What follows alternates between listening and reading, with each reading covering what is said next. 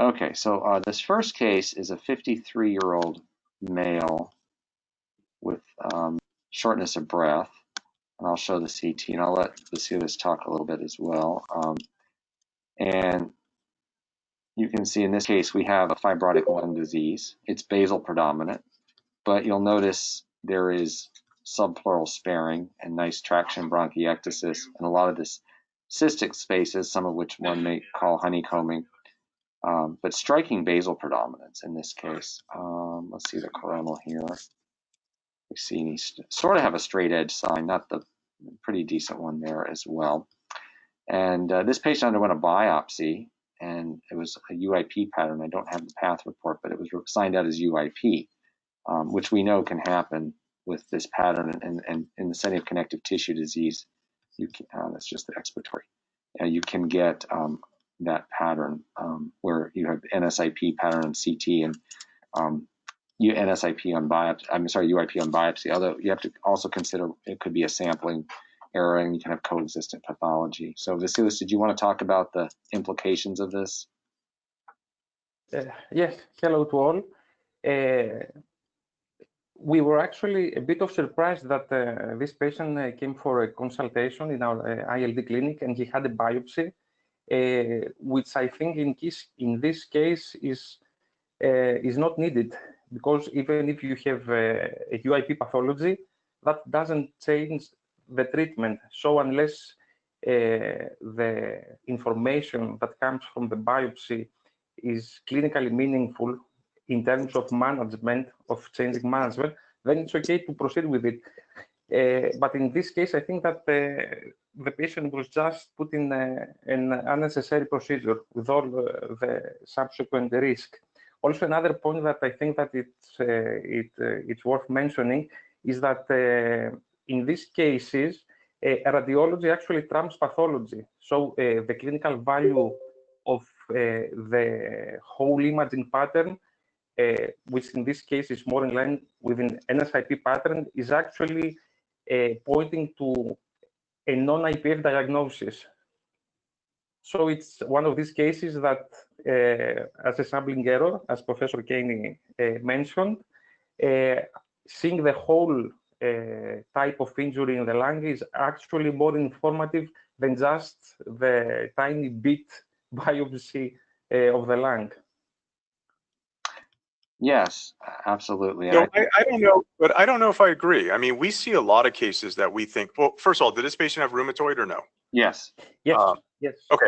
So there's a good paper that was written, I don't know, a long time ago now, that actually did on explants of people that had quote unquote what looked like NSIP on imaging with rheumatoid, and every single one of them had UIP on pathology. And we see a lot of these cases where we're so convinced it's NSIP, and it does look like NSIP, and the pathology comes back as UIP. And actually, there's studies showing that those patients progress faster and do worse than those with concordant imaging and biopsy findings. So I don't know if it's really a discordant finding. I think there's just so much overlap between these conditions, and you know, we see this all the time on pathology where you're like, you know, they have a good 3-lobe biopsy and you're like, dude, this is NSIP, and your pathologist shows you and says, you know, this is the most gorgeous UIP you've ever seen in all 3 lobes. So I agree that maybe there is some NSIP there, but the UIP does hold significance, and I don't think it's necessarily an error, especially in the rheumatoid patients. Do you have a lateral view? Can you show us the SAG? Yeah, but it doesn't change management typically. I mean, whether it's NSIP or UIP on biopsy, you're going to treat the rheumatoid arthritis regardless. Absolutely. Yeah, it doesn't. I think that's the point. Is, but you're right. And if I do remember in the IPF literature, there's also papers showing that patients that had UIP concordance actually did worse than the ones that had discordance. Yes, they do. So in this case, yeah, I mean, and so, I mean, most rheumatoid, I rarely have seen this pattern in RA. The ones I've seen have almost always a UIP or at least a close to UIP, but to see one that's this nice with the subpleural sparing and that striking more airway-centric distribution. I mean, that's really nice subpleural sparing there. Is I guess a lot less common. So, and then just a companion case. This is a 55-year-old female male with RA, and has you can see also pretty advanced lung disease, but a lot of cystic spaces, also basal predominant. And this one was reported as UIP, but I think we would all agree this does not fit UIP criteria. There's way too much central disease. And there are areas of relative subpleural sparing, and I would also argue that the traction bronchiectasis is way out of proportion. There are a couple areas out here where it's relative, but to me, it's not subpleural enough. But I think when you mix in these connective tissue diseases, often I'm seeing this more and more, these funny cystic spaces in a lot of these patients.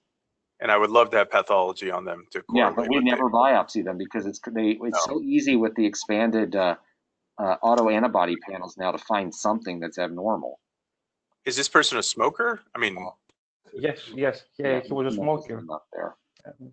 Yeah, I mean, honestly, I would have just called that, you know, bad emphysema and DIP-ish kind of stuff, you know.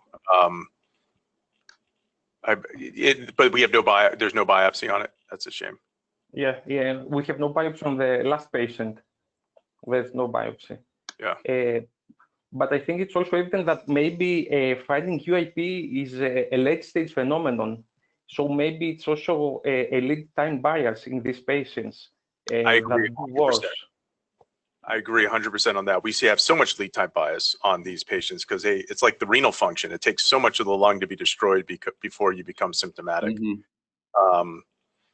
You know, and I love finding cases that, you know, and then someone has a belly CT from 15 years ago, and you open it up and you see some mild NSIP looking stuff or whatever at the basis 15 years ago, and now they have flagrant, UIP pattern.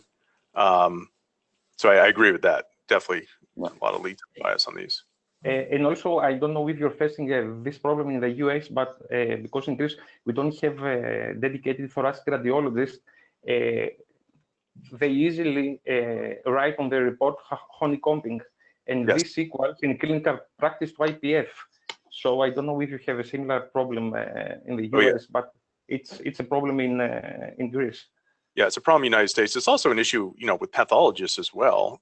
You know, you have to be at a very specialized center to have a, you know, specialized trained thoracic pathologist, let alone a radiologist. So definitely a lot of, I think, misdiagnosis.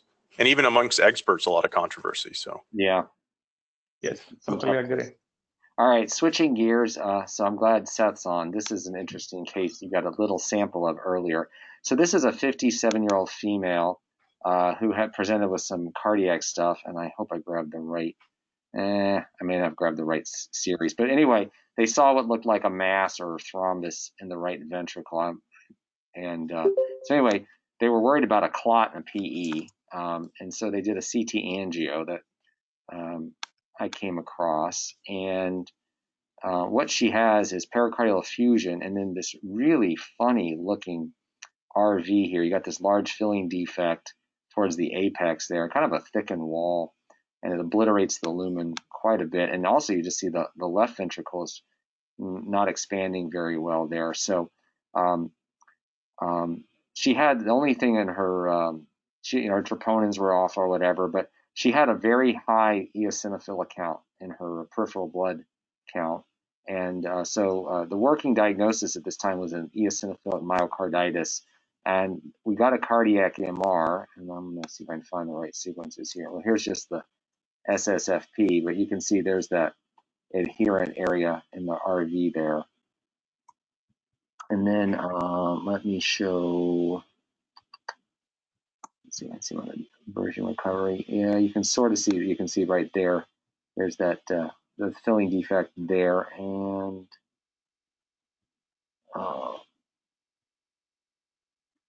let's see. Yeah. So this is just the CINI, but you can see right there at the apex in the right ventricle, this big filling defect. I can't find the post-GAD images right now because of the way they label them, but there was no enhancement of this. And so it's all just a thrombus in the apex. There was no enhancement at all? Go to that go to that one right there. Scroll down. Go down. Yeah, there you go. Well, that's immediate post contrast. Okay. Go to the one below it. Oh, that's early. Do you see one that says delayed? Keep going down that one, right? Up one more. That one right there. Right here. Nope. Yeah. Now go through there. Yep. Yeah, now look at that. Raging in the hand. Yeah, keep going towards the apex. Right there. Diffuse right there. Okay. But this is the filling. Right yeah. If you go back to where the clot is, the main part of the clot, you'll see right there, there's the clot, and then all around the clot, you have this dramatic hyper enhancement. Okay. And that's gorgeous. And then as you get towards out of the clot towards the normal ventricle at the base, you can see still there's a little bit.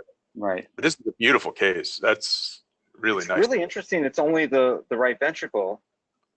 I mean, I've seen cases with biventricular involvement. I don't know if I've ever seen one that was sparing the left ventricle entirely like this. I have actually. It's funny. I have more cases, I think, just sparing the right ventricle than left. Yeah.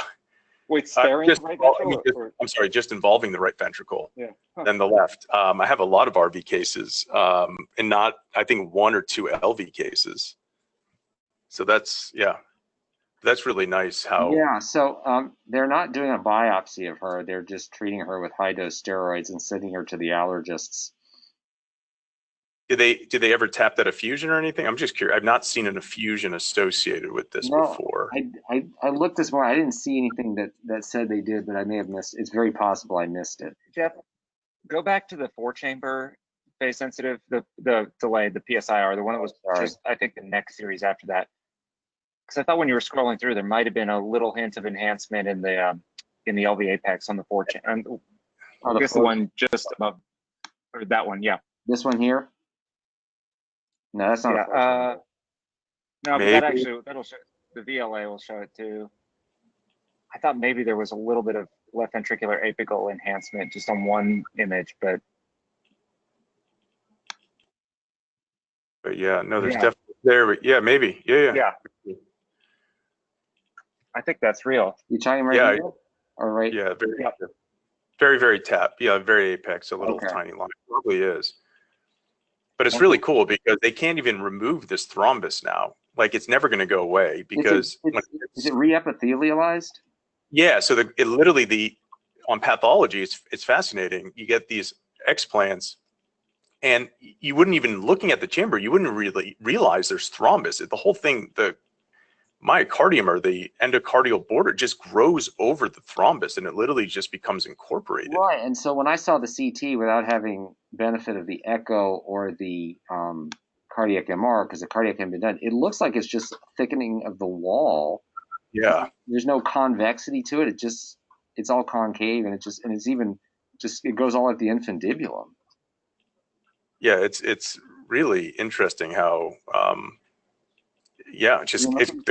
clot becomes chronic because the endothelial layer gets destroyed and it eventually just grows over it. It's really interesting. Well, this is why I'm glad Travis is on too. I'm glad you guys are both here because I've never seen a case of this before other than like in a paper or a book. And Sorry, I came in late. This is hyper-eosinophilic syndrome? Or eosinophilic myocarditis. Yeah. Do you have a T2 image of the left ventricle at all? Or the question. The heart? I have a T2 double IR. Ew. That's where they did it on a long axis instead of a short axis. Let's see. Not the best image. I don't think they do one routinely. Oh wait, I think I see. Oh no, that's a PSIR, not a STR. We got a Fiesta. That's why I like CT. You just deal with one. Yeah. And there's something down there. Is there an early delayed? Is that just for thrombus? This was the. Well, there's a T2. No, that's T1. What's the one above that? Early. Right above that, the T1 post. Oh, I see. This is the T1 post lava. Yeah. Got it. So I showed a case a few weeks ago of this also, where it was There wasn't a thrombus, but there was a lot of LGE involving the right ventricle, and the left ventricle there was no LGE whatsoever. But we still do kind of like the 2009 Lake Louise criteria MRI imaging. So we had the early post-GAD double inversion recovery with and without FATSAT, and the T2 with and without FATSAT. And on those, it was interesting. The right ventricle, while it was fibrotic and enhancing on the LGE images, wasn't really edematous and wasn't hyperemic, but the left ventricle was acutely hyperemic and endematous. So there was like, and they describe when they talk about this syndrome that there's 3 different phases. And so the earliest phase is the edema and the hyperemia. And then the second phase is the fibrosis and necrosis, which produces the LGE pattern. And then the third phase is when you get just complete obliteration of the cavity of the ventricle. Do you have a cine of that RV beating? So Yeah, can I just correct you there? So sorry, the first phase is actually necrosis. The second phase is actually thrombosis, and then the third phase is fibrosis. Because as the endocardium, which is lined by epithelium, becomes necrotic, then you get the fibrosis because you lose your antithrombogenic layer, and then it fibroses over and scars over. Yeah, there's the. Yeah, it looks like the RV apex is really not beating very well. Like Yeah. you can see that bottom left image, it's just kind of staying in one place. Yeah, there's no real chamber there, and that's why they get the restrictive cardiomyopathy. Mhm. It's just this, you lose so much of the volume of your chamber. But that's a really nice case. Well, thank you guys for your input. That was very helpful to me. All right. All right. Well, I'll stop there, and someone else can have a turn. Did anyone not get to go last week? I didn't. So I didn't know if anyone else who was on didn't get to go or didn't have cases last week. Otherwise, we can just start. Whoever. I can show a couple really quickly. Nothing. All right. Whoops, let's see. I have to change this to here, screen 3. Move this here. It's a case I came across where I was looking at a follow-up. You clearly see there's a huge mass here in the right atrium, kind of in the AV groove, surrounding the RCA. A lot of vasculature here. Decent sized pericardial effusion, presumably malignant. So I saw actually a follow-up, and whoops, go back here. So you're thinking angiosarcoma. I think that would be the most logical tumor, and it's in the perfect place for an angiosarcoma. Here's another phase, and these are all a little bit later on. And what's interesting about I still would think it's an angiosarc, or it's clearly some malignancy that's probably primary, although I think I've shown a couple cases of isolated cardiac mets here. Doesn't enhance as much as you would really expect for an angiosarcoma.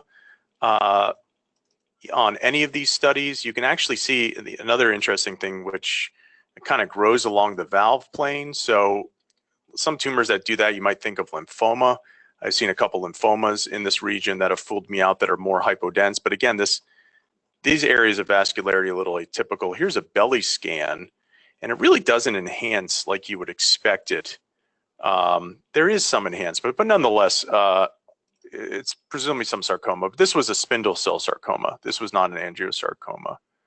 But nonetheless, a cardiac sarcoma. But most spindle cells don't occur in the right ventricle. They usually occur on the left. I mean, the right atrium. They usually occur, from my understanding, on the left. But anyways, cardiac sarcoma. This is an unfortunate study. Here is a patient who first chest x-ray looks fine. Second chest x-ray, they got this because the patient coded after they put a line in. And you can see that the line is not in the right place. There is a new soft tissue density in the right paratracheal stripe. The patient undergoes a neck CT, which not only shows like there could have been hematoma along the arch too, that the arch looked a little distorted maybe. Yeah. On that radiograph. So this, yeah, I mean, there's definitely a lot, blood here. So here's the hematoma. What I'm showing is here. So this is what really stinks. So you can see that the patient has from their line, has a dissection from the line going into the ICA, and additionally, or the common carotid, sorry. Additionally, what you see or don't see is that there is no right vertebral artery. So somehow, well, I'm sorry? This is just like the one I showed, that it's going into the subclavian and not the carotid. Yeah, it's going to subclavian, but there's a dissection. Yeah, right. And then it looked like it was an IJ approach, right? Sorry. Yeah. I see what you're saying. Yes, it's an IJ approach. Somehow went through. I don't even know what they're doing. I don't even know if it's a subclavian approach or IJ approach. It does look like an IJ approach, and they wound up in the subclavian. They dissected. They occluded the vertebral artery, and here is just quickly. So I have the pre-MRI, which shows this woman had brain issues to start, but she had VP shunt. This is all chronic, but that's not. And that's right where that vertebral artery was knocked out. And here's the ADC map and the perfusion, or the diffusion. So not only, and then a couple other embolic strokes, which were new. So this is all from just a misplaced central line, which is pretty crappy, to say the least. Do you know if that was placed with ultrasound guidance in the IC, or they're just? I have no idea. I can look. I don't know. It's a good question. I don't know. So Seth, what do you think happened here? What, put this in a capsule for me. It went through the subclavian, sorry, through the jugular vein into the artery into the subclavian artery, to the confluence of the subclavian artery, to the subclavian, basically the right brachiocephalic artery confluence. So the basically where the common carotid comes off, dissected the subclavian, dissected the carotid, and then presumably dissection flap covered the vertebral artery. Okay. That's my guess, because she had I didn't include it. She has an older neck CT, which shows that the vertebral artery kind of comes off just by that ostium of the right common carotid. And then she stroked out. At least that's what I'm thinking. I don't know if anyone else has. And that's what I thought. Agreed. This was a case that came in for CTEPH and does look like CTEPH. I mean, there's occlusions, all this stuff. And yeah, I mean, looks like CTEPH. Lungs look like CTEPH. But fortunately, we had an older study, which was good because we were about to take her to surgery, and then we got her older studies. And you can see that this was not, and this is where it gets a little scary if you don't get all the images. So you can see she's an IV drug user, has a big vegetation on the tricuspid valve, has very proximal thrombus, which is presumably infected thrombus, that has kind of gone into a lot of her central vasculature, as well as some of the peripheral vasculature. She has areas of septic emboli, infarct, so on and so forth. And, it makes a difference because these vessels are not salvageable. So because the infected thrombus basically destroys the underlying lumen and scars the actual vessels close together where they can't do the intimal resection, it literally just kind of destroys it, that this person's not a endarterectomy candidate, or you can do it, but it's just, you're not going to get a good outcome. So, they're very happy that we had, all the old studies to look at. We're like, oh, this is endocarditis. So this was kind of infected thrombus. And the other interesting thing, the patient also underwent a right upper lobectomy for this big cavitary thing because of the septic emboli. And she had on biopsy, she's an IV drug user and used crushed up pills. And I don't see it here, but I guess on biopsy, she had florid incipient lung disease. She had a florid IV talcosis, although I don't see evidence of that on the CT. But that's it. Thanks. Those are great. All right. Who'd like to present next? I can show a couple. Yep.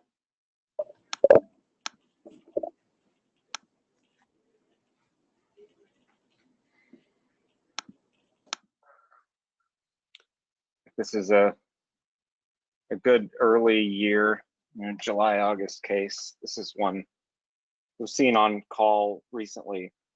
It's a young woman who is undergoing evaluation for pulmonary embolism. She's recently postpartum, and there was some concern, I think, also for amniotic fluid embolism or something.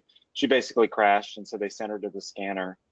And I'm curious, how what you guys think of this case, because like this was originally interpreted, I encourage our residents to, undercall PEs as much as possible and try to maintain specificity. And this one they were basically saying was non-diagnostic, which, given your comfort level, I would say that's not unreasonable. I equivocated on this and actually, told them I thought there probably was PE here, but it's a pretty crappy study. And the issue is A, her body habitus, but B, her arms at her sides. And we run into this too, where the techs, I think, just I don't know if they get lazy when patients are intubated or whatnot, but, to me, it looks like there's probably substantial amount of pulmonary embolism here. So this was done on a Revolution scanner. So we have like 50 KEV, and maybe you say it's a little bit more conspicuous there. But anyway, I had them repeat just to confirm what I thought was probably going on, which is in fact that she does have, substantial volume of bilateral pulmonary emboli. Do you guys run into this problem with, arms at the side? Because I think in a case like this, where you already have a large body habitus, that can really muck with you and cause a lot of problems like this.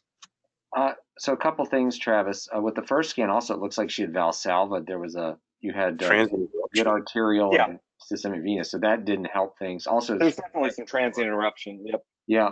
The arms on the side is a problem. What I think it's a bigger problem is if they scout the patient with the arms up, and then the patient complains that they can't move and they move them down. At least with the GE scanners, I think it calculates the automatic exposure control, and now they have that auto KEV thing. I don't know if you have that installed yet. And so it a lot of times it bases it off the scout. And so if the arms are down after they've scouted the patient, it doesn't take that into account, and you can get not enough juice or not enough photons. Here's a question. What do you guys do for your CTA necks and chests? Because our neck people refuse to have the arms up, and then so they always, I'm like, fine, whatever. Right, so they get scanned with the arms down. The arms are always down, and it drives me nuts. I totally agree. We do two separate scans because our necks are always a separate injection the way they do them. I don't know enough about it, but so they'll give contrast for the neck, and then we have to do a second one for the chest. That's what we used to do where I was before, a smaller injection for the neck, a larger injection for two separate scans. But here they just do it as one. And and Seth, I'm curious what you guys do too, because like I'm trying to change this, but they basically run the contrast until the acquisition starts, which is just, a waste of contrast. Like you can see, there's still a ton on the left arm here. Yeah. But yeah, I don't know. I would like to be able to go to like small injection for the neck and then a separate acquisition with repeat injection for the chest. That's how you do it, Jeff?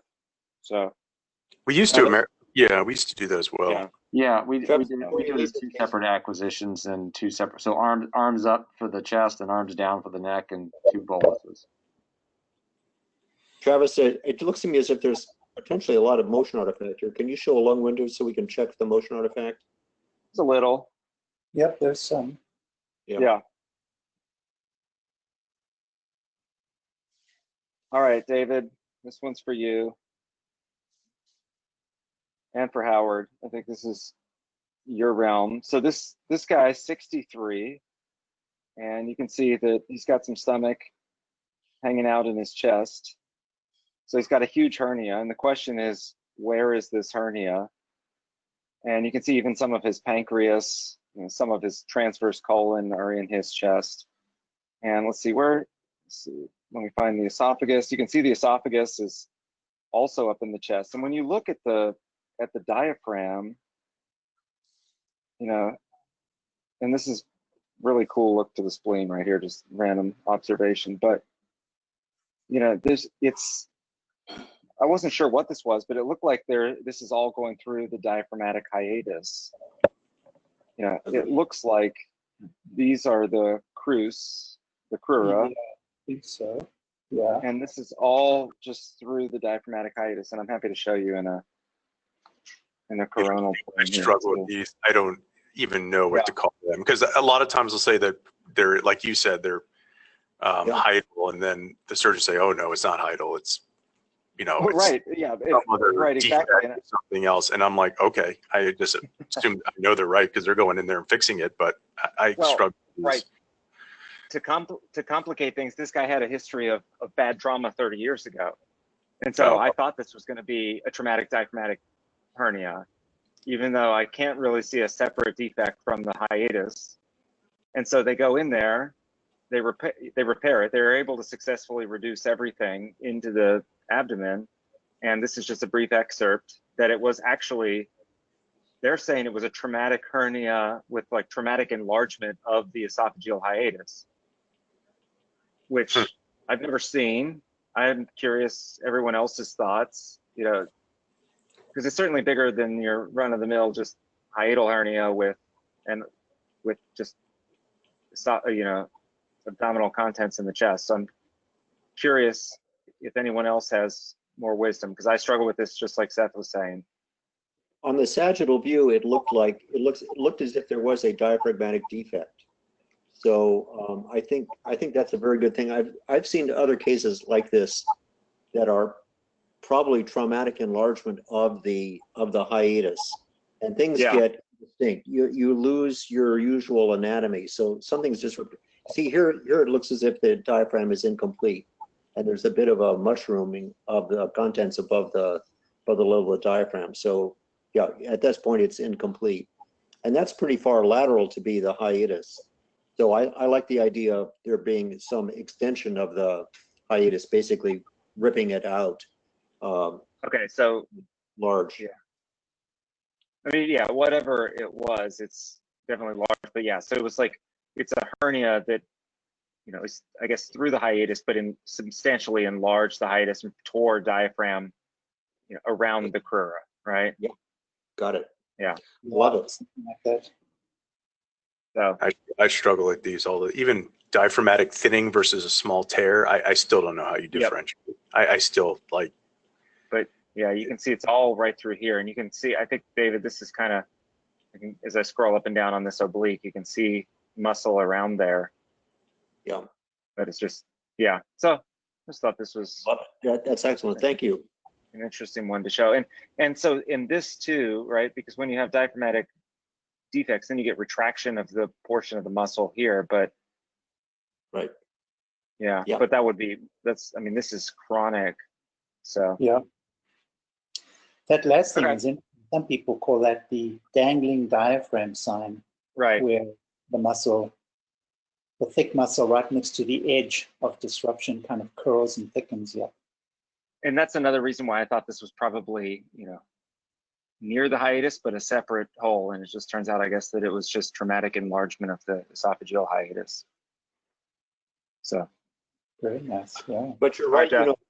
The location of this thing is more medial than you expect with the usual diaphragmatic hernia, which involves the dome.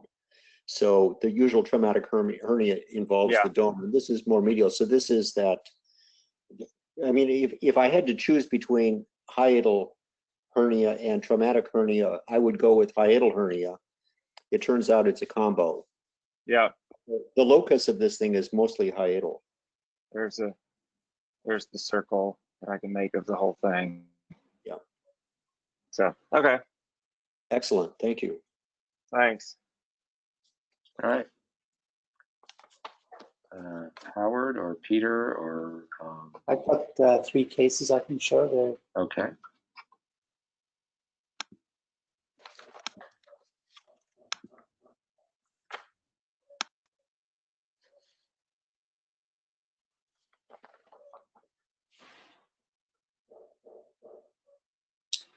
Okay, let's do this one first.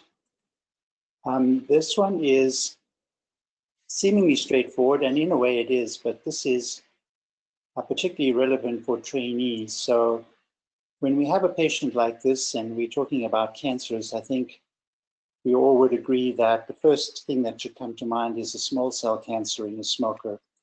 Obviously, we have a lot of tumor. But that's when the work starts, as it were, because if you simply report that and report extensive tumor, we've made the diagnosis, and perhaps even with respect to therapy. Sorry about that. But when we have this much tumor in this particular location, there are 3 things to think of in terms of things that can be affected by the tumor. And they, of course, are the left recurrent laryngeal nerve, the phrenic nerve, and one other structure which I'll show you in a moment. I do want to show you that there is interstitial lung edema in the left upper lobe. There are septal lines, and it was suggested in peribronchial fluid cuffs that this is a manifestation of lymphangitic tumor spread, which in a general sense is okay, except when you have a very large bulk of tumor in this particular location. So in terms of picking out the other important things then and putting the whole case together, with respect to the lung edema, if one looks for a patent left superior pulmonary vein, it is absolutely not there. It is nowhere to be found. Undoubtedly, it's encased and narrowed and occluded. So that is the proximate cause of the left upper lobe interstitial edema. Then scanning and looking at the scat, you'll notice the left hemidiaphragm is relatively elevated. And now we know to look carefully for findings that might suggest phrenic nerve involvement and thinning of the crus. And there is some asymmetry here. So there is a little bit of narrowing of the crus. It's not super, atrophy compared to the other side, but except I think if you go about here and look at the thickness here versus there, to my eye, it does look as if there is some atrophy there. And then finally, with respect to the recurrent laryngeal nerve, of course, one could look at the record, medical record, to see if the patient, if they managed to get a history of a voice change to indicate that. But I will show you here that oftentimes we can't look at the chords themselves on the chest CT because we don't get high enough for sure. But this person did have a PET CT that one could look at. And I will show you that. And we can see that at one particular level, which is just about there, there is some medialization of that left chord. And the nice ancillary finding that goes along with that, which has been described in the nuclear medicine literature, is asymmetric FDG avidity of the contralateral chord, which you see here. So everything fits very nicely for those 3 things that occur in this particular situation. So these things weren't described, and it's best to complete the whole picture and to look for those things.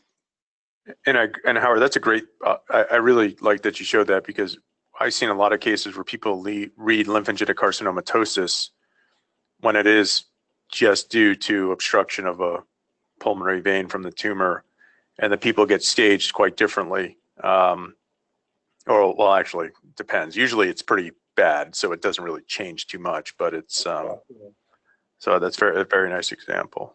Yeah. Howard, was this a small cell? Yes. Yes. Okay. This is just a curiosity. So these are incidental observations on an outside CT. Things are jumping around. I'm trying to remember why. It's a combination, it doesn't matter, of seeing one congenital abnormality. So this is going to be Kenny's rule. So up high, there is a tracheal bronchus, and it is supplying the apical portion of that right lung. And then we see an interesting vessel right there, which actually will show up rather nicely on the coronal, which is a really nice example of so-called wandering pulmonary vein with an arcade forming, very nice arcade between two pulmonary veins. They drain to the right place. So a really nice example of two findings, one airway and one vascular.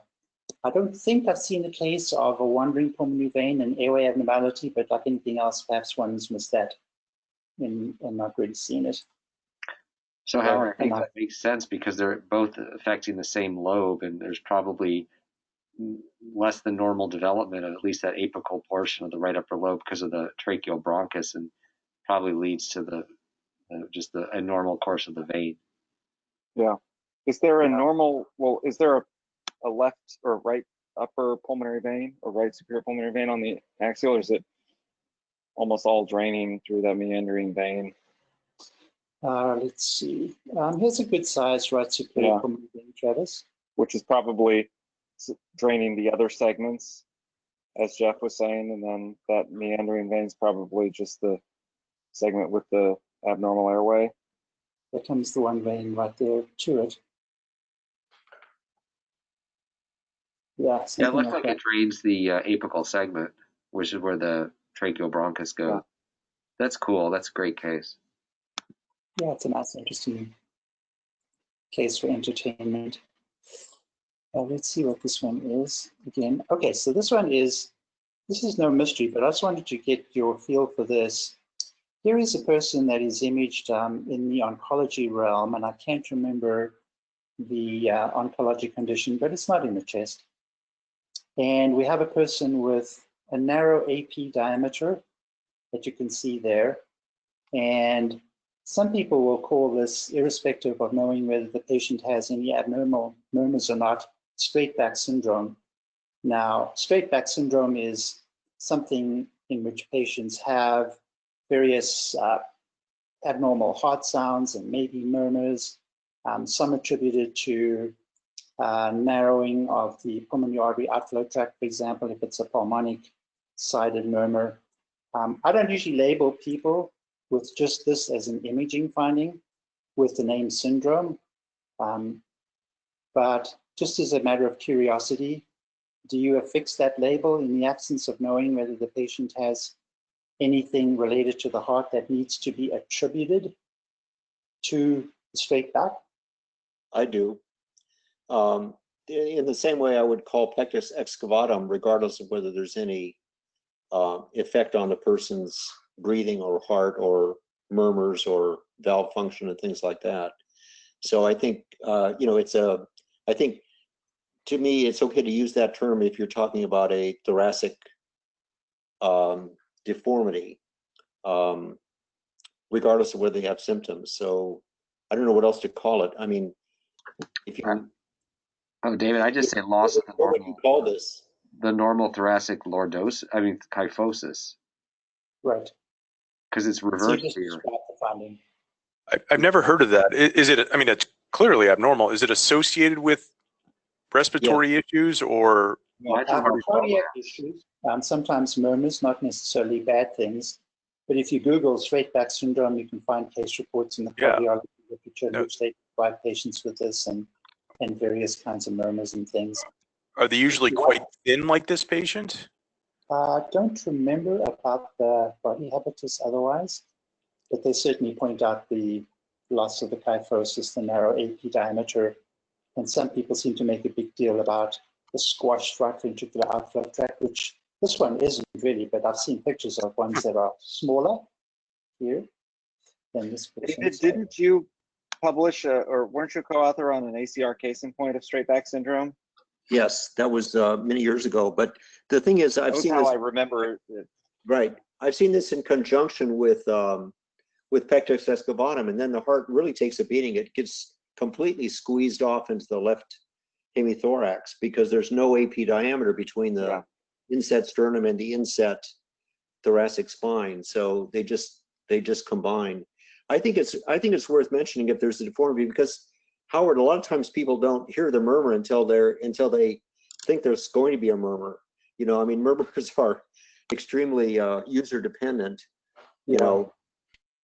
Now, do you give a Haller index on this? Because it's essentially the same thing. I will, when I see this, I'll measure the minimum AP and the max transverse. I won't call it a Haller index, but you know, I will say there's, with the loss of the normal lordosis or thoracic kyphosis, actually, loss of the thoracic kyphosis, which could be short back or straight back syndrome. Sorry, I can't talk. I don't know what's going on right now. I usually don't describe too much. I might describe the morphology, but I don't want to potentially induce undue anxiety on the part of either the patient or the physician in an asymptomatic person, cardiac-wise. But is there a way to fix this? I mean, do they do a similar surgery to? I think, in one patient, in one case report, in which they attributed certain symptoms to this, they did a procedure, orthopedic procedure, but I can't remember what it was, but that's really unusual. And I can't remember what that procedure was, but they did something to increase this diameter. It wasn't the usual pectus surgery, though. It was something quite different, if I remember correctly.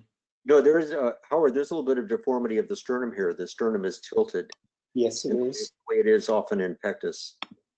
Yeah, it is. David, do you think the sternal tilt has to do with just the fact the heart's there and it causes constant beating, causes it to remodel? Yeah, I think the AP diameter of the left thorax, if you get away from the sternum and move out laterally, you can see that the chest sticks out farther anteriorly on the left than it does on the right. So, you know, this is more, I think the question is that developmental from needing more space on that side or what? But the thorax is deformed here in more ways than just the inset of the spine.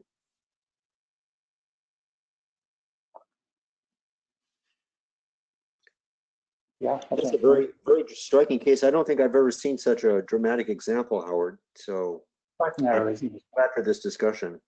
Yeah. I didn't read this, and you know, I would have described it just in straightforward neutral terms, something like loss of the thoracic kyphosis and a narrow AP diameter, and just left it at that in terms of the report. But yeah, your point's taken. Okay, Jeff, those are mine. Awesome, thank you. Yeah, I was doing a little lit search. There's some papers on various treatments, including non-surgical, but I was trying to find a comprehensive article. I didn't come across one, so more to come on that, I guess. All right, we've got Brian and Peter. If you could do about 5 minutes each, I think we can finish up. Okay, I can show a few. All right. And you guys can start next week if you have extras. I have 5 cases to show, so I don't know, maybe I can show 1 or 2. Yeah, let's do that. And then, Brian, do you have cases? Yeah, but I can go next week or whenever. It's not a problem. Peter, Okay. you can just take it all. That's fine. All right, we'll start with you next week then, Brian. Okay.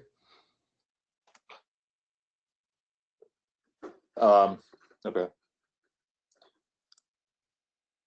So can you guys see my screen here? Not yet.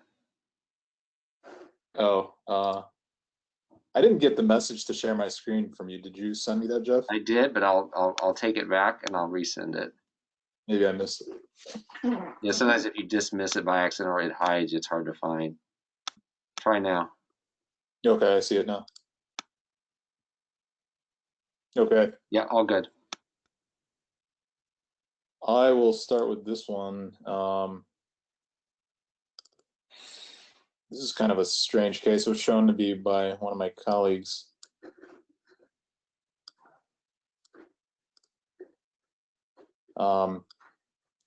So I'll show the lung findings first. So as you can see here, a lot of cysts scattered everywhere.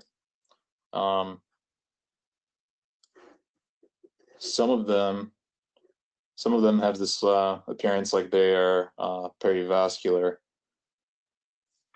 like there. The other finding here is that you can see there's large vessels. These are a lot of bronchial artery collaterals extending into the lungs, and then there's this large aneurysm there, which is a bronchial artery collateral aneurysm. But this patient has a history of medullary thyroid cancer. So our thought was that the cystic lung disease, and by the way, this has been going on for a long time. So I have a 2013 scan, and with the findings are similar. The cysts have slightly progressed since then. So our thought was that this could be amyloidosis related to calcitonin from the medullary thyroid cancer. Now, I was wondering if you guys have seen this. I didn't find too much in the literature about cystic lung disease secondary to calcitonin amyloid. Is that something you guys have seen?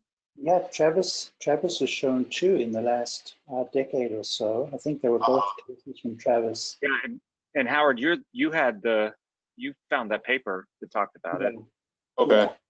And yeah, and then I don't see, we know we showed a few other amyloid cases, but we don't see so this is mainly just cystic disease, no nodules here. I'm not sure if that would be. No nodules as such, huh? No. Peter, I think this is actually the case where Howard introduced the concept, because I showed this one back in like 2014, because that big bronchial artery aneurysm. Okay, yeah, you might have, yeah, because I have a case, yeah, we have multiple priors of this from back from 2013. Anyway, yeah, I think this is the one that Howard mentioned it based on, because. So okay. Hey guys, why do we have the bronchial artery aneurysms? What's going on there? So I tried to look back and I couldn't really find a good explanation for that, why that was there. It's been angioed before, and they elected not to coil this aneurysm here. But I don't know if that's related at all, or what the cause of this was. The other thing that was actually the reason I showed the case way back when. Okay. Yeah. This guy has great back syndrome. So if you have a sagittal by any chance, I think great back. Look how deeply inset that spine is. It's like backwards pectus. Right. A little bit, yeah. Pretty straight. It all ties together with this case. Yeah. Okay. This is a somewhat related case here, but this patient is a middle-aged gentleman, and he presented a few years ago with stridor and symptoms of bronchitis, and this is his chest CT, and here you can see the abnormalities in the trachea. He has this notable soft tissue. It's not severe, but there's this circumferential soft tissue, and it looks kind of diffuse. I don't see a whole lot of nodularity on it, but it spans the whole trachea, and then it extends into the main bronchi bilaterally. No stenosis, no calcifications, and the lungs are spared. Airways, the distal airways here are spared. But he had a biopsy done elsewhere, and I'll show the biopsy report. So bronchotracheal amyloid, and you can see Congo red stain, positive apple green by refringence. He has no other disease. He doesn't have a plasma cell dyscrasia, so this is primary tracheal bronchial amyloidosis. And he came back to our hospital. He's going to get, I don't know why they're going to biopsy him again several years later, but I'm assuming it'll come back the same, but we'll see. I think tracheobronchial is almost always isolated and not associated. Yeah, exactly. That's what I read too. Yeah, and they do not do well, unfortunately, because it just continues to grow. And obstruct central airways from my reading, but I think that Boston University did a paper on it, and it's like 90+% fatality rate over like 10 years. Okay. Well, so this scan was actually from yesterday. Art Stillman read it and showed it to me, but I'm gonna have to. I don't remember if he had prior scans, but then that would be interesting to pull up his other scans and see if he's progressed over the year.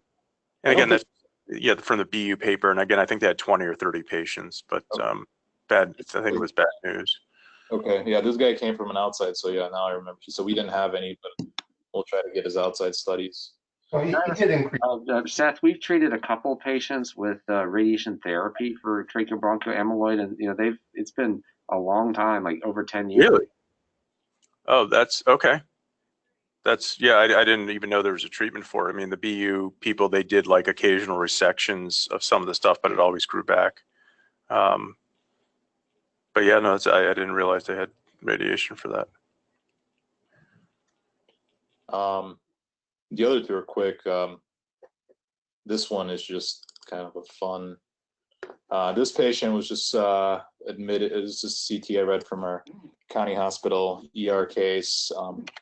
The radiograph I didn't include it, but the radiograph was read as concerning for mass malignancy. And then I looked at the patient's age, 29 years old. And then here's the CT. And you can see this necrotic adenopathy, probably some rim enhancement to that adenopathy. And then this large consolidation here, right lung base, some cavitation. And then you go towards the more inferiorly, towards the inferiorly or superiorly towards the periphery, you can see some airway spread of disease. So, sure enough, open the chart, she's HIV positive and was just admitted from jail with weight loss. So told them she was just hanging out in the ER. So I told them this is TB until proven otherwise, active TB, and came back. Sputum cultures came back positive. So this is a nice example of somebody with AIDS. And so you don't always necessarily get the classic in AIDS patients or severely immunocompromised classic presentation with the upper lobe cavities. You can get more of a consolidative look, and then these necrotic lymph nodes bilaterally are seen much more commonly with the AIDS population. So that really goes with it's behaving like primary TB, even if primary TB was the one that didn't have to be in the apices. It's with chronicity that it moves to the apices. So this would be fine for presentation of primary TB even in a non-AIDS patient. The thing is that AIDS patients, they sort of reset their memory and they can get reactivation of TB that will behave like primary TB with the manifestation that you see here. This is very cool. This is MTB, not atypical, Peter, right? Well, yes. Well, so it hasn't been confirmed, but yeah. So the sputum count. So they're going to bronch him and get more, but by sputum he has positive for TB, but his CD4 count is 200. So I think for MAC it has to be less. Is usually, well, it doesn't have to, but you start looking for that with less than 50. So I'm thinking this is going to end up being MTB, but I guess we can't prove that yet. MAC could also look like this in an AIDS patient.